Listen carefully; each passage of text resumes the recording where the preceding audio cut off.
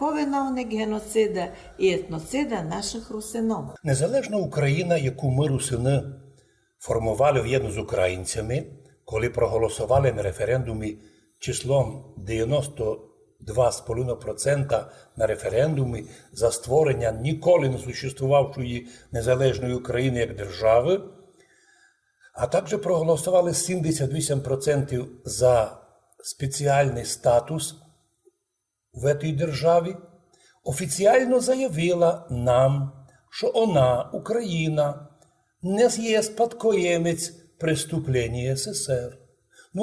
Ми к тому, в принципі, согласні. А тому ГБ не винувата вона у злочинах українських комуністів проти русинів.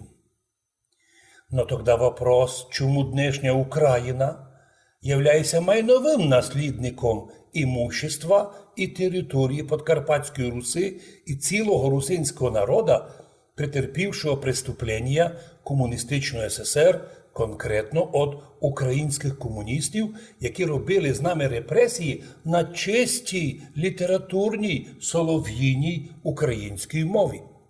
А Україна робить вид, що вона не при чому. Ведь украдені території, майно, недра, гори, ліса іменно від Подкарпатської Руси ЧСР.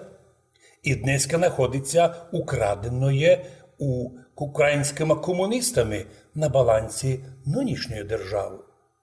Так ваш вопрос. Так хто же подлинний виновник преступлений проти русинов після 46-го года?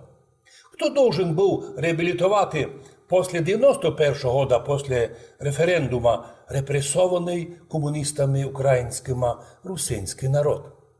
Кравчук – це великий атеїст і безбожник, перший президент України, підписав у Біловежі договор, в котрому обіцяли всі вони підписанти і Кравчук, що після розвалу СССР всім народам, які окажуться в рамках нової України, гарантовано будуть надані права. Будуть надані права. Оказався не лише обманщиком, а ще й злочинцем, бо йдя на вибори, попросив помочі від русинів на вибори, а після виборів повів Кравчук. А я не знав, хто такі русини. Те саме потім повів і Кучма. Просив перед виборами, спеціально було, звертаюся до всіх людей, до русинів, підтримати мене. Після виборів сказав, а я знаю, хто такі русини.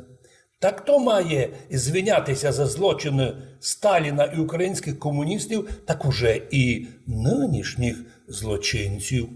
Хто має встановити статус народу, вернути украдене і майно, і головне право?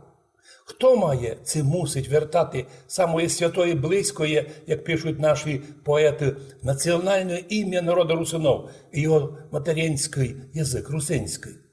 Відповідь пряма. Це мала давно зробити незалежна Україна зразу після референдуму 91-го года. І про то просилася обласна рада Закарпатська, котра декілька разів посилала Верховну Раду рішення про внесення в Конституцію України результатів референдуму, який був у Закарпатті, який був законний по спеціальному закону про референдум місцевому і республіканському, і нічого дурити нині юристів і журналістів і спецслужб, що незаконний був референдум. Не позортеся, антирусини.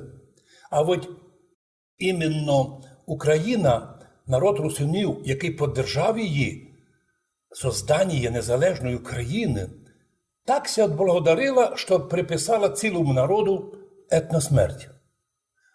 О святості материнського язика чуємо в Україні часто від різних людей. Но коли заходить в Україні бесіда про русинський язик, то у всіх горла пам'ять. Немає такого язика, та ви що?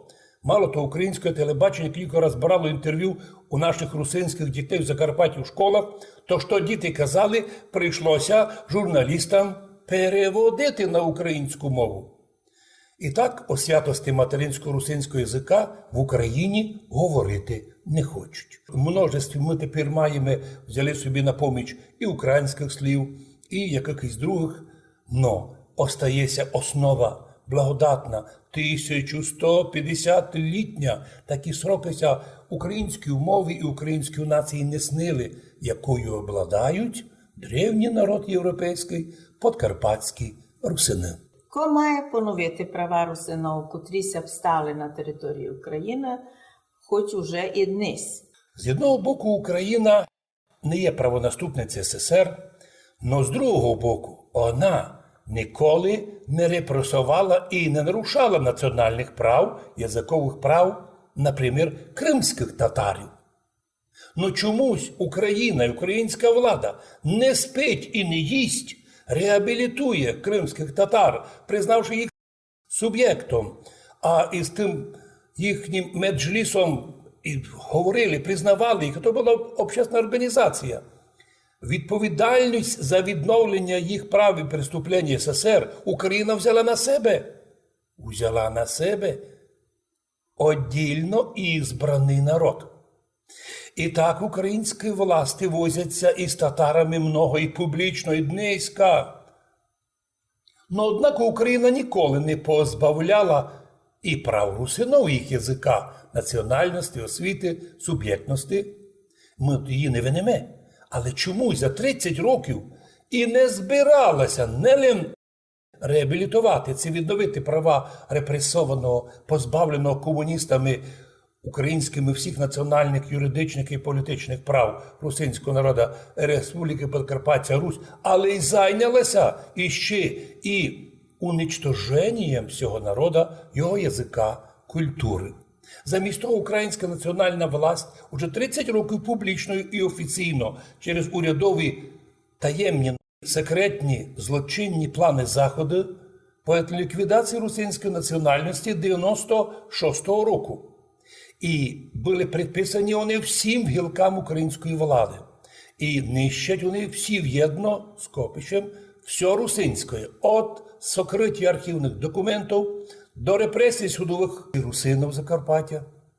Вся влада в Україні поіменно має за собою шлейф злочинів проти прав русинського народу. Я думаю, що коли німці у Другу світову війну убивали український народ, убивали українців на фронтах, палили українські села, вони мало думали, що треба рано чи пізно за то відповідати. І дочекалися. Германія була розбита, мільйони людей німців було уничтожено, а їх главарі були сужені на антивоєнному судові. Невжелі не думають сьогодні українські чиновники, що рано чи пізно за їх діла вони будуть нести відповідальність? Наша задача русинів – старанно все записувати, фамілію, ім'я людей, чиновників, які приймали закони, депутатів, які приймали антирусинські закони, бо рано чи пізно до них прийдуть у будь-яке время суток і попросять прийти на суд. Ми молимося, просимо Бога, Боже, прости тих злочинців, котрі набрали тільки злочинів проти нашого народу. А ми остаємося законопослушним народом. Ми знаємо чекати. Ми чекаємо, коли прийде той час, коли хоч хтось би сказав голос у защиту заново в Україні поневоленого русинського народу.